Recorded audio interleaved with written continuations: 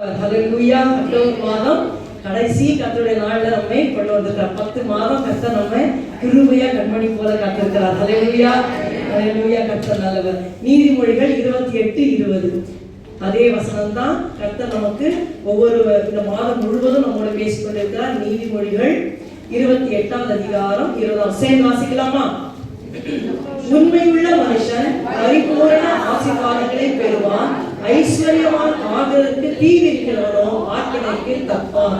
உண்மையுள்ள மனுஷன் பரிபூரண ஆசீர்வாதங்களை பெறுவான். ஒரு நிமிஷம் ஜெபிச்சிடலாம். அன்பிற்காக நன்றியோடு போய் துதிக்கிறோம், ஸ்தோத்திரிக்கிறோம். அப்பா கிருபையினால ஆண்டவரே, அப்பா இந்த அக்டோபர் மாதத்தின் கடைசி கத்திர நாளிலே கூடி ஆண்டவரே உங்க நாமத்தை உயர்த்த ஆராதிக்க உடைய சமூகத்தை உணர எங்களுக்கு அந்த கிருபைக்காக ஸ்தோத்திரம் ஸ்தோத்திரம் ஸ்தோத்திரம். அப்பா ஆண்டவரே, நீர் எங்களோடு இருக்கிறீர், நாங்கள் பயப்பட மாட்டோம். ஆண்டவரே, இருள் சூழ்ந்த லோகமாய் இருந்தால் நீர் எங்களோடு இருக்கிறீர் ஆண்டவரே. அதற்காக உமக்கு நன்றி இயேசுவே, நன்றி இயேசுவே, நன்றி அப்பா, நன்றி ஆண்டவரே. இந்த நேரத்திலேயும் ஆண்டவரே இயேசுவே கர்த்தாவே, உம்முடைய வார்த்தையை கொண்டு அடியாரோடு நீர் பேசும் ஆண்டவரே இயேசுவே. இன்னும் எங்களை உம்மை போல நீர் மாற்றும். இன்றைக்கு நாங்கள் அப்பா நாங்கள் பாடியது போல எங்களை உருவாக்கும் ஆண்டவரே.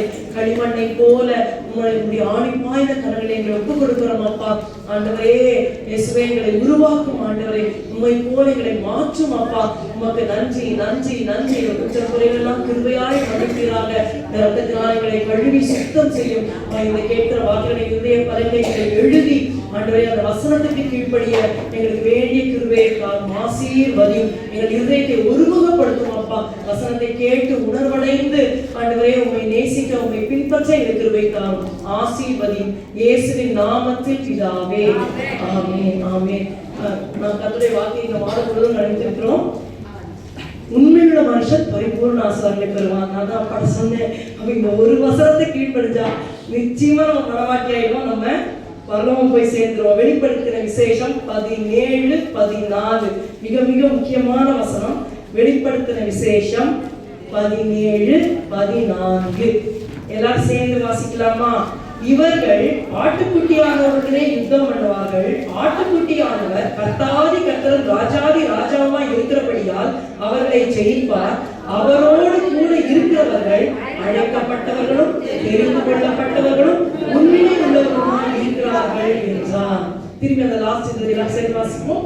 அவரோடு கூட இருக்கிறவர்கள் சத்தமா அழைக்கப்பட்டவர்களும் தெரிந்து கொள்ளப்பட்டவர்களும் உண்மை உள்ளவர்களுமாய் இருக்கிறார்கள் என்றார். அப்ப கடைசியா நம்ம பரலோகத்துல ஏசப்பா தான் ஆட்டுக்குட்டியானார். சரிங்களா? ஆட்டுக்குட்டியானவரோட இருக்கிறவங்களோட 3 குவாலிஃபிகேஷன்ஸ் என்ன? அழைக்கப்பட்டவர்கள், தெரிந்துகொள்ளப்பட்டவர்கள், உண்மையுள்ளவர்கள். கர்த்தருடைய கிருபையினால நம்ம அழைக்கப்பட்டோம், ரட்சிக்கப்பட்டோம். கர்த்தர் நல்லவர். தெரிந்து கொள்ளப்பட்டவங்கன்னா நிச்சயம் தெரிந்து கொள்ளப்பட்டவங்கன்னா சபையில உட்கார முடியாது. கர்த்தர் தெரிந்து கொண்டு வந்துட்டாரு. ஆனால் உண்மை உள்ளவருமா இருக்கிறாருக்கு ஒரு பெரிய ஓஷன்.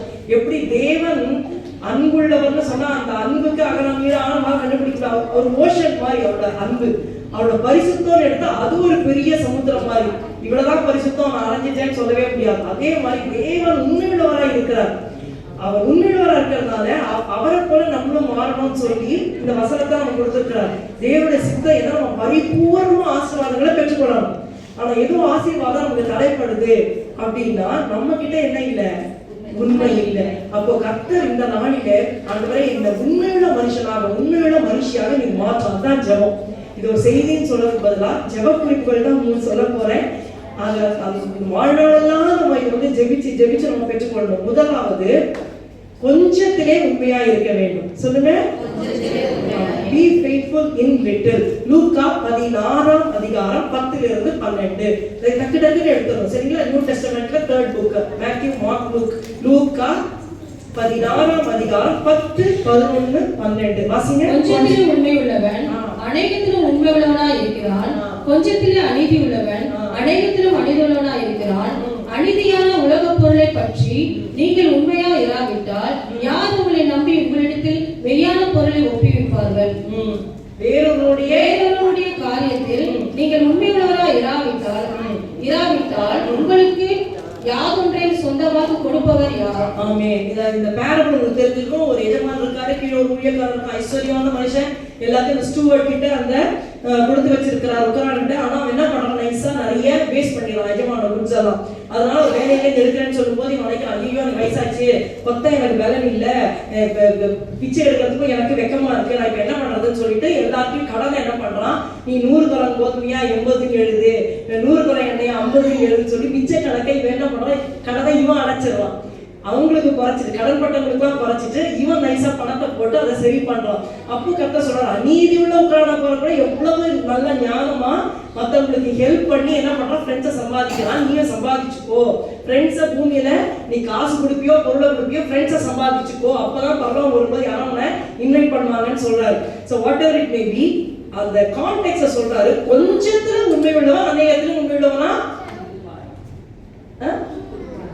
கரெக்ட், சத்தமா சொல்ற, கொஞ்சத்திலே உண்மை உள்ளவன் அநேகத்துல உண்மை உள்ளவனா இருக்கிறான். இருப்பான் இல்ல, இருக்கிறான். கொஞ்சத்துல உண்மை உள்ளவன் அநேகத்துல உண்மை உள்ளவன் இருக்கிறான்.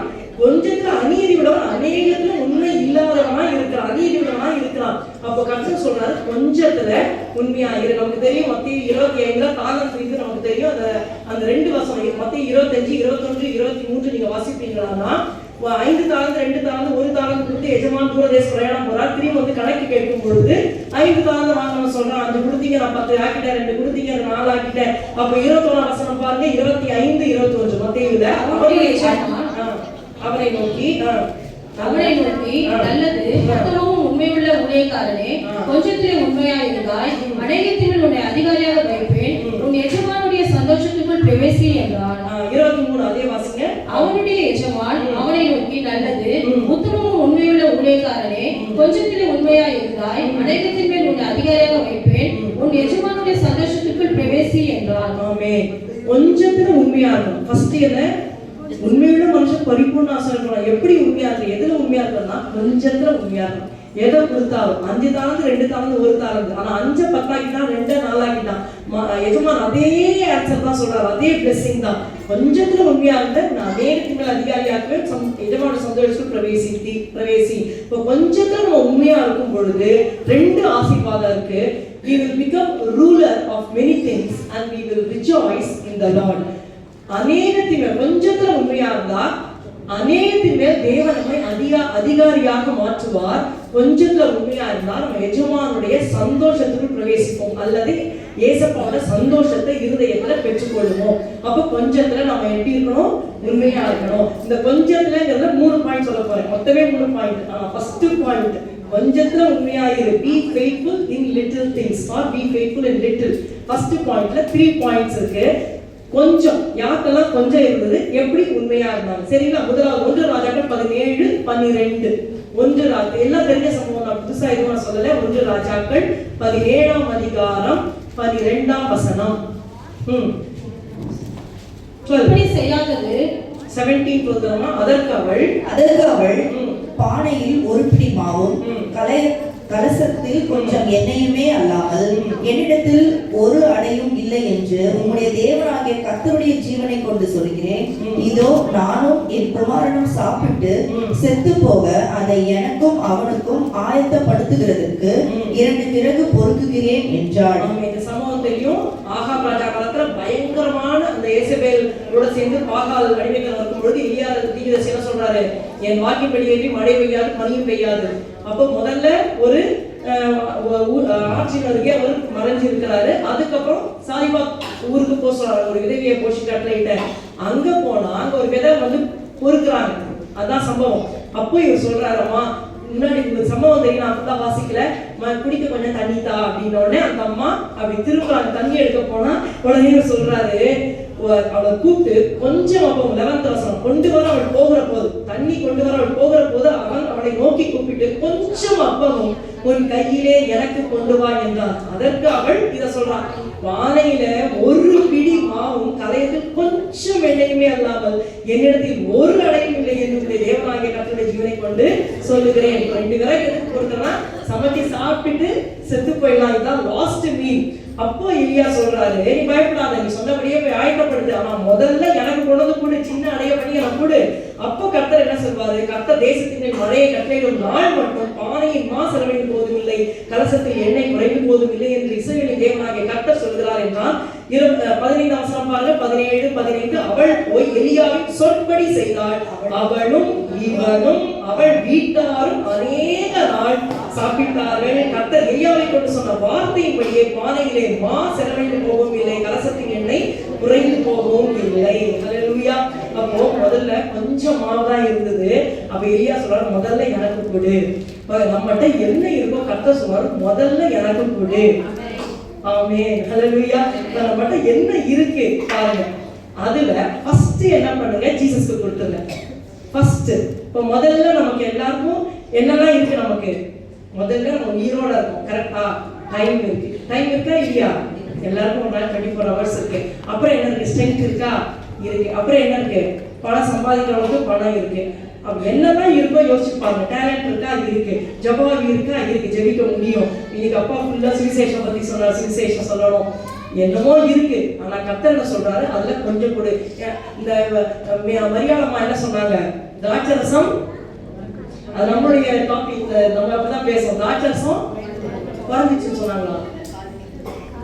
இல்லன்னு சொன்னாங்க. they have no mind. இப்படிதான் நம்ம சொல்லுவோம், ஏதாவது நம்மகிட்ட இருக்கானா, கிட்ட இல்ல இல்ல அப்படின்னு. ஆனா இந்த அம்மா எவ்வளவு உண்மையா சொல்றாங்க, கொஞ்சம் எண்ணெய் இருக்கு, கொஞ்சம் இருக்கு. ஆனா இல்லையா சொல்றாங்க, அந்த கொஞ்சத்துல எனக்கு முதல்ல கொண்டு வா. இப்ப கர்த்தர் ஏதோ ஒண்ணு நம்மகிட்ட கொடுத்துருக்கிறார். நான் வேலை செய்யாத போல ரொம்ப கஷ்டப்படுவேன், கொடுக்க முடியல காசு. கர்த்தர் சொல்ற, காசெல்லாம் எனக்கு தேவையில்லை, நீ முட்டி போட்டு ஜெபம் பண்ணு, உன் டைமை எனக்கு கொடு, எனக்கு அது போதும். பாரு, கர்த்தர் அதுதான் நம்மகிட்ட கேட்கிறார். God wants us to give something. அந்த கொஞ்சம் என்ன இருக்கோ அந்த கொஞ்சத்துல ஃபர்ஸ்ட் இதை அவர் கொடுத்துருங்க. கடைசியா சில பேர் காலையில ஜெபம் பண்ண மாட்டாங்க, நைட்டு உண்மையே முடியாதவோ கடைசியா ஒரு ஜெபம் பண்ணுவாங்க. அந்த சுகர் கேனை பிழிஞ்சு பிழிஞ்சு எடுப்பாங்க தெரியுமா, பார்த்துருக்கீங்களா? அது சுகர் கேனா என்னது, அது விட்டு விட்டு கேட்டாங்க, ஒரு சொட்டு கூட அப்படியே விட்டு விட்டு எடுப்பாங்க கடைசியில. அத மாதிரி எல்லாம் பிழிஞ்சு போனப்பறம் நைட்டு ஒரு சின்ன டைம் ஆர்டர் தருவாங்க. அப்படி இல்லை, காலையில நல்லா ஃப்ரெஷ்ஷா நம்ம ஹெல்த்தியா இருக்கும்பொழுது ஃபர்ஸ்ட் டைமை கர்த்தருக்கு கொடுக்க கர்த்தர் நமக்கு கிருபை செய்வாராக. அப்போ சொல்றா, கொஞ்சம் மாவு உங்ககிட்ட என்ன இருக்கோ முதல்ல நீங்க கர்த்தருக்கு கொடுங்க. என்ன வேணா கொடுக்கலாம். கர்த்தருக்கு கொடுக்கும்பொழுது கர்த்தர் என்ன செய்வார், ஆசீர்வதிப்பார். கொஞ்சத்துல உண்மையா இருந்தா அநேகத்தின் மேல அதிகாரியாக்குவார். என்னன்னா டைம் நம்ம கொடுத்தோம்னா மத்த எக்ஸ்ட்ராஸ்ல டைம் செலவாகாதபடி செஞ்சு நம்மளை ஆசீர்வதிப்பார். புரியுதுங்களா? டைம் ஏன் நிறைய செலவாகுதுன்னா நம்ம சுத்தி சுத்தி போறதா, நேர் வழியா நடத்திட்ட டைம் செலவாகாது இல்லையா? டைமை நீங்க கர்த்தருக்கு கொடுத்தா நம்மளுடைய டைம் வேஸ்ட் ஆகாதபடி கர்த்தர் செய்வார். பணம் கொடுத்தா அதுக்குரிய ஆசீர்வாதத்தை கொடுப்பார். ஆனா கர்த்தர் நம்மகிட்ட கேட்கறது டைம் தான் மெயின். ஓகேவா? அடுத்தது ஸ்ட்ரென்த். அப்போ நம்ம அநேகத்துக்கு அதிகாரியாக்குவார், மனசுல சந்தோஷம் தருவார். சோ ரூலர் அண்ட் ரிஜாய்ஸ், அதை மறந்துடாதீங்க. அப்போ கொஞ்சமாவு. அப்போ 3 வருஷம் அவங்க பரிபூர்ண ஆசீர்வாதம் பெற்றாங்களா? எதவே ஹஸ்பண்டுலாம் எவ்வளவு கஷ்டம், அந்த பையனை வச்சு சாப்பிட்டு செத்து போற கடைசி மீல். ஆனா 3 வருஷம் அநேக நாள் நல்லா சாப்பிடுறாங்க. அவன் பையன் மட்டும் இல்ல, வீட்டாரும் சேர்ந்து சாப்பிடுறாங்க. அவ பாருங்க, இவன் ரட்சிக்கப்பட்டவனே கிடையாது. இந்த அம்மா சாரிபாத்தூர்ல இருக்கிற ஒரு ஜென்டைல் விதவை. ஆனா அவ சொற்படி செஞ்ச உடனே கர்த்தர் ஆசீர்வதிக்கிறார். இந்த கர்த்தர் நம்மோட பேசுறாரு. உங்களால என்ன முடியும், இதுதான் இருக்கு, இல்லன்னு சொல்லாதீங்க. என்ன இல்லன்னு போய் சொல்லக்கூடாது. என்னமோ இருக்கு இல்ல, டைம் இருக்குல்ல, ஹெல்த் இருக்குல்ல, என்ன இருக்கோ ஆண்டவரே முதல்ல உங்களுக்கு தரேன். அதான் எலியா சொல்றாரு, கடைசியே தராத. இங்க பாருங்க 13 17 13. அப்பொழுது எலியா அவனை பார்த்து, பயப்படாதே, நீ போய் உன் வார்த்தையின்படி ஆயத்தப்படுத்து. ஆனாலும் கடைசி அதிலே அப்படியா இருக்கு, முதல் அதிலே எனக்கு ஒரு சிறியை அடைய பண்ணி என்னிடத்தை கொண்டு வா, பின்பு உனக்கும் உன் குமாரனுக்கும் பண்ணலாம். கர்த்தர் இப்படிதான். நம்ம ஓல்ட் டெஸ்டமென்ட் எலியா யாருன்னா நமக்கு ஆண்டவரை இயேசு கிறிஸ்து அடையாளமா இதுல பார்க்கிறோம். முதல்ல எனக்கு கொடு, அதுக்கப்புறம் நீயும் கொடு, நீ பாத்துக்கோ. கர்த்தர் கைவிட்டாரா? கைவிடல. அதே மாதிரி ஃபர்ஸ்ட் டைம், ஃபர்ஸ்ட் ஸ்ட்ரென்த் என்ன கொடுக்க முடியுமோ அந்த கொஞ்சத்துல உண்மையா கர்த்தருக்கு கொடுக்கும் பொழுது கர்த்தர் நிச்சயமா அநேக நாள் நம்மை ஆசீர்வதிப்பார். ரெண்டாவது, ஃபர்ஸ்ட் குறிப்பிட்ட ரெண்டாவது வெளிப்படுத்தல் விசேஷம் 3:8. நான் குறிப்பு மட்டும் சொல்றேன், நீங்க தியானிங்க. கர்த்தர் உங்களுக்கு என்ன கொடுக்க சொல்றாரே கொடுங்க. 3:8 கிரியைகளை அறிந்திருக்கிறேன், உனக்கு கொஞ்சம் பலன் இருந்தும் நீ என் நாமத்தை மறுதலியாமல் என் வசனத்தை கைக்கொண்டபடியினாலே இதோ திறந்த வாசலை உனக்கு முன்பாக வைத்திருக்கிறேன், அதை ஒருவனும் பூட்ட மாட்டான். ஆமென். உனக்கு எவ்வளவு பலன் இருக்கு? கொஞ்சம் பலன். இந்த பிலதெல்பியா 7 சபைகள் இருந்தது.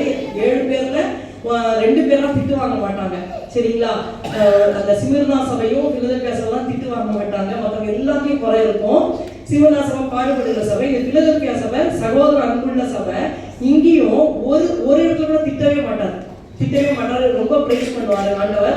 அவர் சொல்றாரு, உனக்கு கொஞ்சம் வேலை இருந்தும் நீ என் நாமத்தை மறுதலியாமல் வசனத்தை கைக்கொண்டபடினாலே. இந்த கொஞ்சம் விளக்க நம்ம என்ன செய்யணும்னா, அவருடைய நாமத்தை மறுதலிக்க கூடாது, அவருடைய வசனத்தை கைக்கொள்ளணும். deny not his name, despise not the word. உங்களுக்காக சொல்றேன், ஓகேவா? so deny not his name and despise not the word. ஆண்டவரே, எனக்கு கொஞ்சம் வேலை இருக்கு, அதுல உங்களுடைய நாமத்தை நான் மறுதலிச்சிட கூடாது, இந்த வசனத்தை நான் கைக்கொள்ளணும், எனக்கு கிருபை தாங்க அப்படின்னு ஜெபம் பண்ணுவோம். அப்போ அந்த சபைக்கு சொல்றாரு, நான் எங்க தேவனுடைய ஆலயத்திலே தூணாக்குவேன். அதான் பரிபூர்ண ஆசீர்வாதம். கொஞ்சம் பலன், கொஞ்சத்துல உண்மையா இருந்தா அநேகத்துல ஆசீர்வாதம். இந்த பிலதெல்பியா சபைக்கு கொஞ்சம் பலன் இருந்தது, ஆனா உண்மையுள்ளவர்களாய் காணப்பட்டார்கள். சாது சுந்தர் சிங் இல்லையா, ஒரு குடும்பத்திலேயே அவர் ரட்சிக்கப்பட்டார். யார் உண்மையான கேட்டார். கடைசியா நைட்டெல்லாம் ஜெபம் பண்ணாரு, எனக்கு உண்மையான யாருன்னு சொல்லலைன்னா நான் காலையில அந்த 4:30 மணிக்கு அந்த ட்ரெயின் அந்த சைட் பின்னாடி தலைவாசல் போகணும், அது அப்படின்னு செத்துருவாரு. கரெக்டா காலையில அந்த குறித்த நேரத்துக்கு முன்பாக 1/2 மணி நேரம் முன்னாடி ஆண்டவராகிய இயேசு கிறிஸ்து சிலுவை காட்சியை காமிச்சு அவரை ரட்சிப்புல கொண்டு வந்துட்டார்.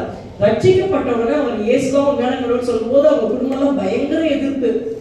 அவர்கிட்ட போராடவே முடியல, வீட்டை விட்டு துரத்திட்டாங்க. ஆனா ஒவ்வொரு தடவையும் என்ன பண்ணுவாங்கன்னா, கூப்பிட்டு சாப்பாடு போடுவாங்க. ஏதாவது இவங்க பார்த்துக்கிட்டே இருக்காங்க, சாப்பிட்டா என்ன ஆகுதுன்னு பார்த்தா இவருக்கு ஒண்ணுமே ஆகாது. ஏன்னா ஒவ்வொரு தடவையும் யாராவது கூப்பிட்டு சாப்பாடு போட்டோம், அதுல விஷம் கலந்துருக்கும். But he didn't die. ஆனா அவர் சாகல. பாருங்க, எவ்வளோ அடிச்சோ உதைச்சோ எப்படி சொன்னாலும் ஏசப்பா நாமத்தை அவர் மறுதலிக்கவே இல்லை. கடைசியில அவங்க மாமா என்ன பண்ணாருன்னா, இங்க வாப்பான்னு சொல்லிட்டு அவங்க வீட்டுக்கு அழைச்சிட்டு போய் அவருடைய வீட்டுல இருக்கிற பொண்ணு வெள்ளி எல்லாம் காமிச்சு, பயங்கர பணக்காரங்க காமிச்சு, பாருப்பா இதெல்லாம் உனக்கு தரேன், என் பொண்ணை பாரு, உன்னதான் கல்யாணம் பண்ணணும் நிக்கிறா, நீ மொத்தம் ஏசு வேண்டாம்னு சொல்லிட்டீங்கன்னா என் பொண்ணை கல்யாணம் பண்ணி இவ்வளவு சொத்தையும் உனக்கு தரேன் அப்படின்னு சொன்னார். அப்போ அவர் சொன்னாரு, மாமா எனக்கு இருக்கிறது ஒரே ஒரு இருதயம், அந்த இருதயத்தையும் நான் இயேசுக்கு கொடுத்துட்டேன், இனிமே இந்த பொண்ணுக்கு கொடுக்கறதுக்கு என்கிட்ட வேற இருதயம் இல்லை அப்படின்னு சொல்லிட்டு அவர் நாமத்தை மறுதலிக்கல. எவ்வளவு கஷ்டங்கள் அவர் பட்டார். He is called as the apostle of bleeding feet. அதாவது அந்த ரத்தம் வருகிற கால்களை உடைய ஒரு அப்போஸ்தலன்னு அழைக்கப்பட்டார். அப்போ அவர் அந்த கொஞ்சம் பலன்ல எல்லாரும் எதிர்த்தாலும் உண்மையா இருந்தாரு, அநேக ரட்சிப்புகளை நடத்தினாரு. கர்த்தர் அதை ஆசீர்வதித்தார். அவர் நாமத்தை சாது சுந்தர் மறுதலிக்கவே இல்லை. சோ கொஞ்சம் மாவு என்ன இருக்கோ கொடுங்க, கொஞ்சம் பலன். ஆண்டவரே எங்களுக்கு கொஞ்சம் பலன் தான்ப்பா, பூன ஊதினா நான் விழுந்துருவாண்டே, அப்படி இருக்குமா பரவாயில்ல, நெறிந்த நாடனை முடியாமல் மங்கியிருக்கிற திரியை அணியாமல் ஆண்டவர் நீங்க பலப்படுத்துங்க, நம்ம நாமத்தை மறுதலிக்க கூடாது, நம்முடைய வசனத்தை கை கொள்ளணும். அதுலயே 3வது கொஞ்சம் பாருங்க, கொஞ்சம் ஆடு. 1 சாமுவேல் 17:28-20. 1 சாமுவேல் 17:28 முதல்ல வாசிங்க, டக்குன்னு எடுக்கணும். 1 சாமுவேல் 17:28. அந்த மனுஷனோட அவன் பேசிக் கொண்டிருக்கிறது அவன் மூத்த சகோதரனாகிய எலியாப் கேட்டபோது அவன் தாவீது மேல் கோபம் கொண்டு, நீ இங்கே வந்தது என்ன? வனாந்தரத்தில் உள்ள அந்த கொஞ்சம் ஆடுகளை நீ யார் வசத்தில் விட்டாய்? யுத்தத்தை பார்த்து அல்லவா வந்தாய்? உன் துணிகரத்தையும் உன் இருதயத்தின் அகங்காரத்தையும் நான் அறிவேன் என்றான். கோலியாத் விரோதமாக தாவீது போய் சண்டை போட போறான். அந்த நேரத்தில் சொல்லப்பட்ட வசனம் எலியாப் சொல்றான், தாவீது மேல கோபம் கொண்டு, நீ இங்கே வந்தது என்ன? வனாந்தரத்தில் உள்ள அந்த கொஞ்சம் ஆடுகளை நீ யார் வசத்தில் விட்டாய்? பாருங்க, தாவீதுகிட்ட கொஞ்சம் ஆடு இருந்தது. ஆனா 17:20 பாருங்க, தாவீது அதிகாலையில் எழுந்து ஆடுகளை காவலாளி வசமாய் விட்டு, காவலாளி வசமாய் 20ஆம் வசனம் 1 சாமுவேல் 17:20 பாத்தீங்கன்னா, காவலாளி வசமாய் விட்டு ஈசாய்க்கு எடுத்துக்கொண்டு போய். அப்போ தாவீது கிட்ட என்ன இருக்குன்னா, கொஞ்சம் ஆடு இருக்குது. ஹல்லேலூயா. யாருக்கெல்லாம் கொஞ்சம் ஆடு இருக்கு? யாருக்குமே இல்லையா? உங்க குடும்பத்திலேயே ஆடெல்லாம் இருக்குது. ஆமா, உங்க குடும்பத்துல இருக்கிறது ஆளுதான். ஆமா, குட்டி இருந்த பிள்ளைங்க, உங்க நம்ம குடும்பத்தை எடுத்தாலே ஹஸ்பண்ட் வைஃபு பிள்ளைங்க எப்படியோ ஒரு தனியா இருந்தாலும் நிச்சயம் சொந்தக்காரங்க சுத்தி இருப்பாங்க, அதுலதான் ஆடுங்க தான். அப்போ அவங்க உங்க கையில உங்க நம்பிதான் கொடுத்திருக்கிறாரு. அப்ப தாவீது கிட்ட கேட்கப்பட்டது, அந்த கொஞ்சம் ஆடுமை யார் பஸ்ல விட்டு வந்தேன் அப்போ. ஆனா முன்னாடியே பார்க்கணும், அவன் வந்து கேர்லெஸ் பர்சன் கிடையாது, காவலாளி வசமாய் விட்டு அப்புறம் தான் இந்த அந்த போய் பார்க்க போனான். சோ கொஞ்சம் நம்மகிட்ட கொடுக்கப்பட்டது கொஞ்சம் சின்ன ஒரு குடும்பமா இருக்கலாம். இன்னைக்கு ஃபுல்லா சுவிசேஷத்தை பத்தி நம்ம கேட்டோம். முதல்ல நான் ரட்சிக்கப்படணும், என் குடும்பம். அதுக்காக இருந்து நம்ம என்ன பண்ண முடியும் அப்படின்னா, ஒழுங்கா ஜெபம் பண்ணிட்டே இருக்கணும், விடாம ஜெபம் பண்ணணும். நம்ம ஜெபத்தை விட்டோம்னா அவங்க வரமாட்டாங்க, தூரமா போயிடுவாங்க ரட்சிப்புக்கு. சோ திரும்பி திரும்பி ஜெபம் பண்ணி ஆண்டவரை ரட்சியும், ஆண்டவரை ரட்சியும், ஆண்டவரை ரட்சியும்னு ஜெபத்துல வச்சுட்டே இருக்கணும். நம்ம வந்துட்டு காவலாளி வசமாய் விட்டு அல்லது கர்த்தாவே நீ காத்துக்கொள்ளுவோம், நீ ரட்சியும் சொல்லி நம்ம ஜெபம் பண்ணிக்கிட்டே இருக்கணும். இந்த இடத்துல தாவீது அந்த ஆடுகளுக்காக எப்படி கரிசனையா இருந்தான்னா, he clashed for the sheep and he cared for the sheep.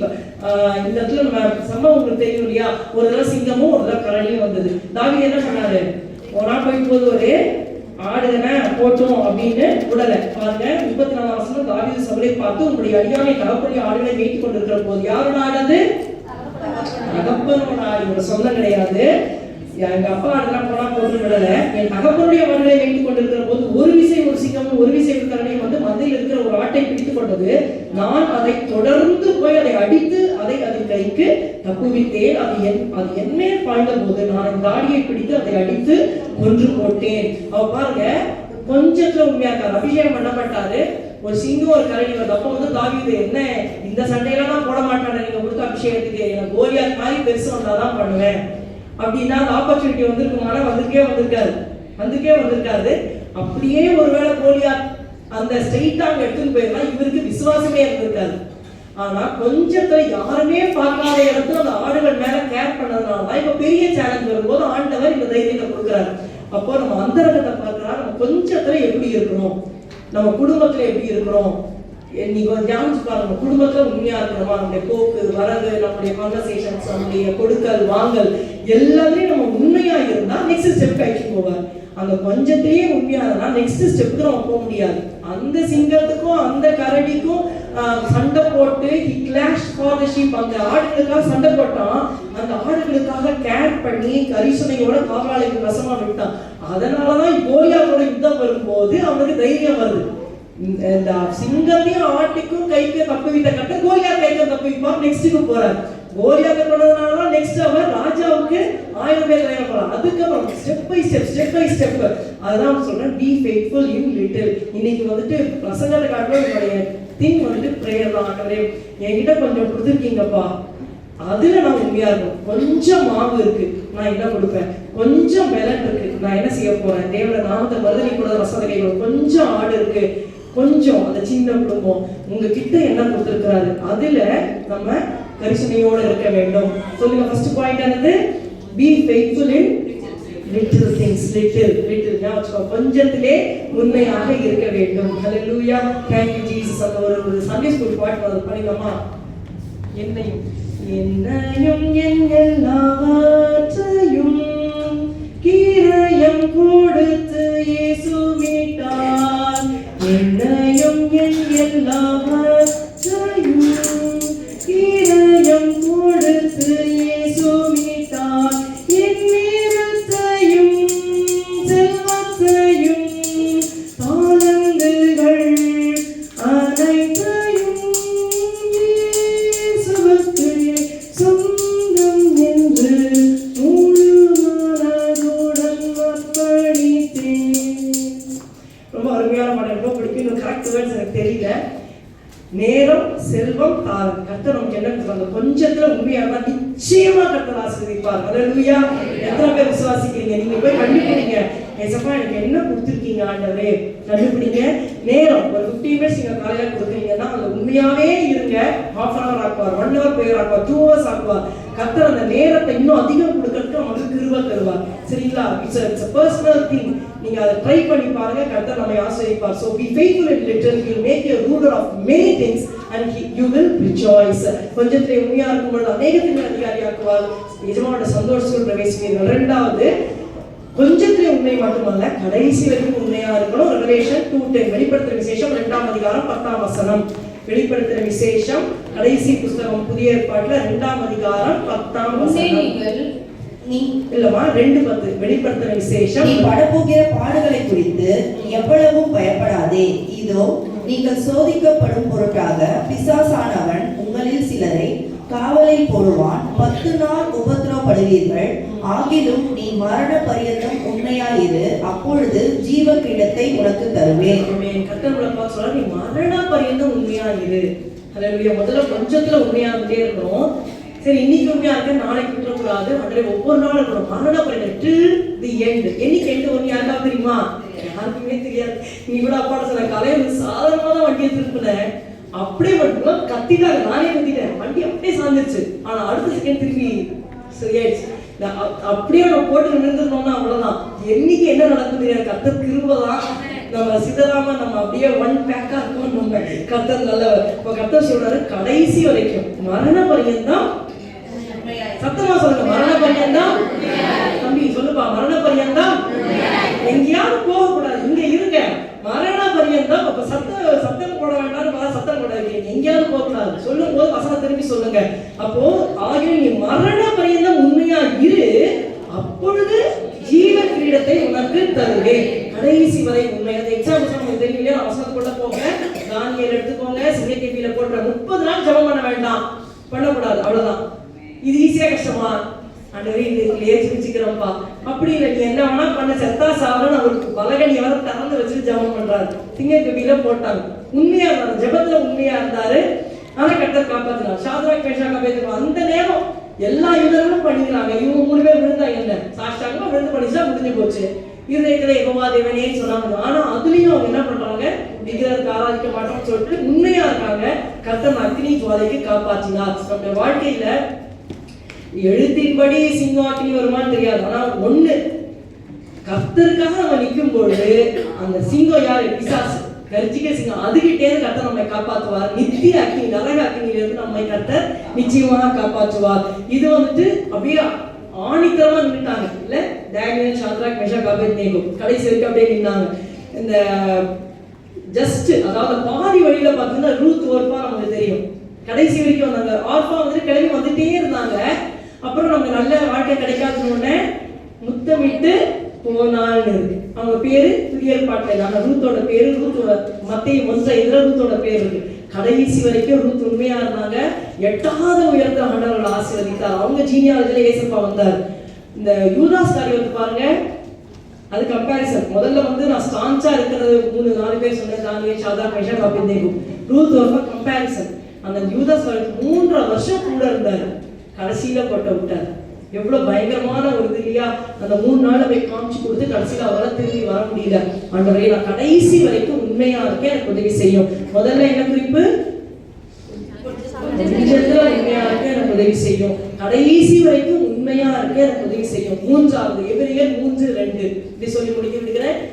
ரொம்ப டீப்பா போல வீட்டுல போய் இந்த தியானங்கள். எபிரேயர் 3:2 மோசே தேவனுடைய வீட்டில் எங்கும் உண்மை உள்ளவனாய் இருந்தது போல இவரும் தம்மை ஏற்படுத்தினவருக்கு உண்மை உள்ளவராய் இருக்கிறார். இந்த கடைசி குறிப்பு என்னன்னா, கர்த்தரை போல உண்மையா இருக்கணும். ஏசப்பா தான் நமக்கு பெர்ஃபெக்ட் எக்ஸாம்பிள். சரிங்களா? நம்ம எல்லாமே குறைவுள்ளவங்க. வசனத்துல பவுல் சொல்லுவாரு, நாம் உண்மை இல்லாதவர்களா இருந்தாலும் அவர் உண்மையுள்ளவரா இருக்கிறார். He is faithful. அவருடைய உண்மை என்ன? அவருக்கு ஒரு வாக்கு சொல்லிட்டாருன்னா அந்த வார்த்தையில உண்மையா இருப்பார், வாக்குல உண்மையா இருப்பார். எதிலையுமே பிசகவே மாட்டார். அவங்க சோதனையை வந்து ரொம்ப ஜாஸ்தியா தந்துடாம இருக்கிறதுல அவர் உண்மையுள்ளவரா இருக்கிறார். பிராணிக்கு மேல சோதிக்கப்படுறதுக்கு இடம் கொடுக்க மாட்டார். தேவன் உண்மையுள்ளவரா இருக்கார். நம்ம சோதனையை தப்பு வைக்க அவருடைய குவாலிட்டிஸ் எல்லாம் நமக்கு தெரியும். நீங்க வீட்டுல போய் அதையும் உண்மையுள்ளவங்க, நீங்க தேவன் எப்படியெல்லாம் உண்மையுள்ளா இருக்கிறார் அப்படிங்கிறத வாக்குத்தத்தம் செய்தவர் உண்மையுள்ளவர் எல்லாம் இருக்கு. இப்போ ஏசப்பா உண்மையா இருக்கிறாரு. இப்ப நான் என்ன பண்ணணும்? அவரை போல மாறணும். ஹல்லேலூயா. அப்போ மோசே தேவனுடைய வீட்டில் எங்க உண்மையுள்ளா இருந்தது போல இவரும் நம்ம ஏற்படுத்தினவருக்கு உண்மையுள்ளவரா இருக்கிறார். 5ஆம் வசனத்துல சொல்லப்படுகிற காரியங்களுக்கு சாட்சியாக மோசே பணிவிடைக்காரனாய், எபிரேயர் 3:5 பாருங்க, as a servant மோசே பணிவிடைக்காரனாய் அவருடைய வீட்டில் எங்க உண்மையுள்ளவராய் இருந்தான். 6ஆம் வசனம் எபிரேயர் 3:6 கிறிஸ்துவோ அவருடைய வீட்டிற்கு மேற்பட்டவரான குமாரனாக உண்மையுள்ளவராய் இருக்கிறார். போதும். போல உண்மையா இருக்க போறோம்? மோசேவை போலயா ஏசவா போலயா? ஏசவா போல. மோசே எப்படி உண்மையுள்ளவரா இருந்தாரு? பணிவிடைக்காரன், சர்வெண்ட். அவர் சொல்றாரு நான் செய்யற சர்வெண்ட். ஆனா கர்த்தர் நம்ம புதிய ஏற்பாட்டுல ஒரு வேலைக்காரனாக ஊழியக்காரனாக அல்ல, குமாரகுமாரிகளா மாத்திருக்காரு. நமக்கு ஹையர் போஸ்ட் தந்திருக்காரு. ஆண்டவரே மோசையை காட்டிலும் நம்ம மேன்மையானவங்க தான். அப்போ ஆண்டவரே குமாரனாக நீங்க பிதாவுக்கு உண்மையுள்ளவரா இருந்தீங்க, என்னையும் அதே போல நீங்க மாற்றுங்க. குமாரன் தகப்பன் ஊழியம் பண்றதுக்கும் நம்ம பண்ணணும். எதுவுமே நம்ம எதை செஞ்சாலும் தலையெழுத்தே செய்யாதபடி ஆண்டவரே உங்களை நேசிக்கிறேன், நீர் என்னுடைய தகப்பன்னு சொல்லி அப்படி நம்ம ஊழியம் செய்யும் பொழுது, உண்மையா இருக்கும் பொழுது ஆசீர்வாதத்தை பெற்றுக்கொள்வோம். Be faithful in little, be faithful till the last, be faithful like the Lord.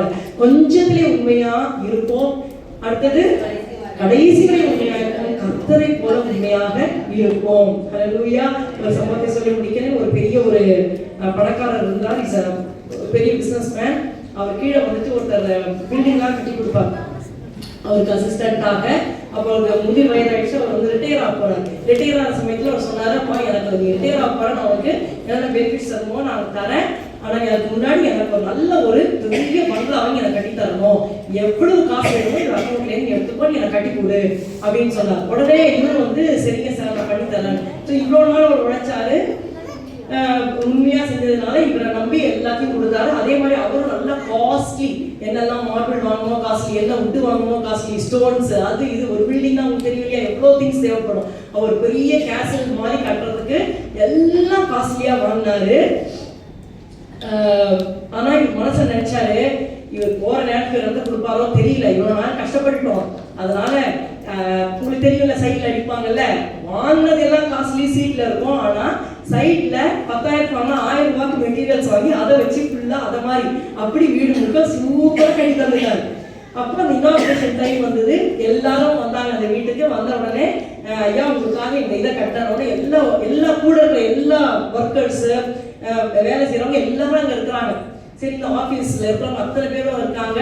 அப்போ வந்து அவருக்கு ஃபேர்வெல் அந்த இடத்துல நடந்து இவர் இத்தனை வருஷம் உண்மையா உழைச்சாரு, இவர் கொடுக்க வேண்டிய கடைசி இதெல்லாம் நான் வந்து கொடுக்க போறேன் அப்படின்னு சொன்ன உடனே அவங்க எல்லாம் ரொம்ப சந்தோஷப்பட்டாங்க. பரவாயில்ல, நம்ம எஜமா வந்துட்டு இப்படி பண்றாரு மாஸ்டர் அப்படின்னு. அப்போ அவருக்கு வந்துட்டு கொடுக்குறேன்னு சொன்ன உடனே இந்த வீடு எப்படி இருக்கு ஐயா நீங்க சொல்லுங்க அப்படின்னு அந்த அசிஸ்டன்ட் கேட்டாரு. நீ ஃபர்ஸ்ட் கிளாஸா பண்ணிருக்கா, இந்த மாதிரி பெஸ்ட் பேலஸை நான் வந்து பார்த்ததே இல்லை, ரொம்ப அருமையா கட்டியிருக்கேன் அப்படின்னு. அப்போ நினைச்சாரு, இவர் நல்லா ஏமாந்துட்டாரு, இவர் வந்துட்டு எனக்கு கொஞ்ச நாள் கொடுத்து அனுப்ப போறாரு எப்படியும், அதனால வந்து உடனடியா பண்ணி வச்சிருக்கேன். இது மழை பெஞ்சா எதுதான் ஆனா ஒழுக போகுது, நிறைய காசு செலவாக போகுது, என்னவாது பண்ணிக்கிட்டோம், அதுலயும் நமக்கு நிறைய காசு கிடைச்சது, இப்போ ரிட்டையர்மெண்ட்டுக்கு நம்ம நிறைய காசு தர போறாரு அப்படின்னு மனசா நினைச்சாரு. அப்போ எல்லாம் பேசி முடிச்சு கடைசியில ஐயா ரிட்டையர்மெண்ட் பெனிஃபிட்ஸ் அப்படின்னு கேட்கும் பொழுது அவர் சொன்னாரு, எல்லாருக்கும் பொழுது இவர் வந்து இவ்வளோ வருஷம் உண்மையா உழைச்சிருக்காரு, அதனால ரிட்டையர்மெண்ட் பெனிஃபிட் நான் பணமா கொடுக்காம இவர் கட்டின இந்த பெரிய பேலஸையே அவருக்கு சொந்தமா நான் கொடுக்குறேன். அவ்வளவுதான், எல்லாரும் கை தட்டுறாங்க. இவர் எஜமானுக்கு எவ்வளவு பெரிய மனசு சொல்லி அந்த சிஇஓக்கு எல்லாரும் கை தட்டி, யூ ஆர் ரியலி கிரேட், உங்களுக்காக பண்ண இவ்வளவு காஸ்ட்லியான ஒரு பேலஸ் அவர் பேருக்கு நீங்க கொடுக்க ரியலி கிரேட் தர்றாங்க. ஆனா வாங்கின அந்த பத்திரத்தை வாங்கின மனுஷனுக்கு எப்படி இருந்தது, பேரஞ்ச மாதிரி இருந்தது. அந்த திருடனை தேள் கொட்டினா எப்படி இருக்கும், அது மாதிரி ஐயோ இது எனக்குன்னு தெரிஞ்சிருந்தா நான் இப்படி ஏமாத்திருக்கவே மாட்டேனே அப்படின்னு சொல்லி அவர் ரொம்ப துக்கப்பட்டார். But it was too late. பிரியமானவர்களே, நம்முடைய ஆவிக்குரிய ஜீவனும் அப்படிதான். யாருக்கோ பண்றோம் நினைச்சு ஏமாந்துடாதீங்க. நம்ம கொஞ்சம் நீங்க கொடுக்கறது, நான் கொஞ்சத்துல உண்மையா இருக்கிறது, நீங்க கொடுக்கறது அது மாவுல உண்மை, ஆட்டுல உண்மை, அப்புறம் இன்னொன்னு என்ன சொன்னேன், கொஞ்சத்துல உண்மை, கொஞ்சமாவு கொஞ்சம் வேலன் கொஞ்சம் ஆடு, அத வேலன் ரைட். அடுத்தது கொஞ்சத்துல உண்மை, கடைசி வரைக்கும் உண்மை, இதெல்லாம் யாருக்காகனா நம்முடைய ஆசீர்வாதத்துக்கு தான். உண்மையுள்ள மனுஷன் பரிபூர்ண ஆசீர்வாதத்தை பெறுவான். அதனால கர்த்தர் நமக்கு கிருபை தந்து நடத்துவாராக. ஏதாவது பாட்டு ஏதாவது சொல்லுங்க, நம்ம பாடிக்கலாம் அப்பா வரைக்கும். அப்பா வந்து பேசலாம்.